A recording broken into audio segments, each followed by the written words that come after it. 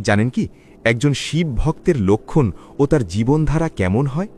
শিব ভক্ত হওয়া মানে কেবল গলায় রুদ্রাক্ষ, কপালে ভস্য বা মুখে ওং নমঃ শিবায় বলা নয়। শিব ভক্ত হওয়া মানে নিজের জীবনকে শিবের মতো করে গড়ে তোলা। শিব ভক্তের প্রথম লক্ষণ অহংকারহীনতা। মহাদেব সমগ্র জগতের অধীশ্বর হয়েও নিজেকে কখনো বড় বলে প্রকাশ করেননি। শিব ভক্তের জীবনে তাই অহংকার থাকে না। সে জানে সবকিছুই শিবের কৃপা। নিজের সাফল্যকে নিজের নয়, মহাদেবের দান বলে মনে করে।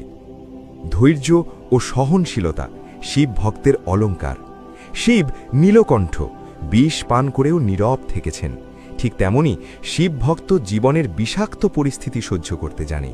অপমান, কষ্ট, দুঃখ সবকিছুকে সে ধৈর্যের সঙ্গে গ্রহণ করে, কারণ সে জানে মহাদেব দেরি করেন কিন্তু অন্যায় করেন না। সরল জীবনযাপন। মহাদেব রাজপ্রাসাদে নয়, শ্মশানে থাকেন। তার কোনো বিলাসিতা নেই। শিবভক্ত তাই সহজ সরল জীবনযাপন করে, অল্পে তুষ্ট থাকতে শেখে।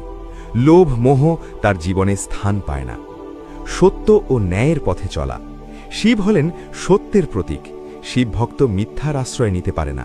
কষ্ট হলেও সে সত্যের পথ ছাড়ে না, কারণ সে জানে সত্যের পথে থাকলে মহাদেব নিজেই রক্ষা করেন। নিঃস্বার্থ ভালোবাসা ও করুণা। মহাদেব ভোলানাথ, যে কেউ সরল মনে ডাকলে তিনি সাড়া দেন।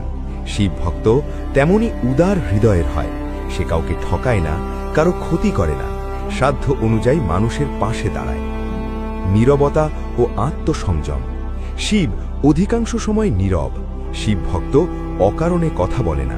রাগ, লোভ, কাম এই রিপুগুলোকে নিয়ন্ত্রণে রাখার চেষ্টা করে। নীরবতার মধ্যেই সে শক্তি খুঁজে পায়।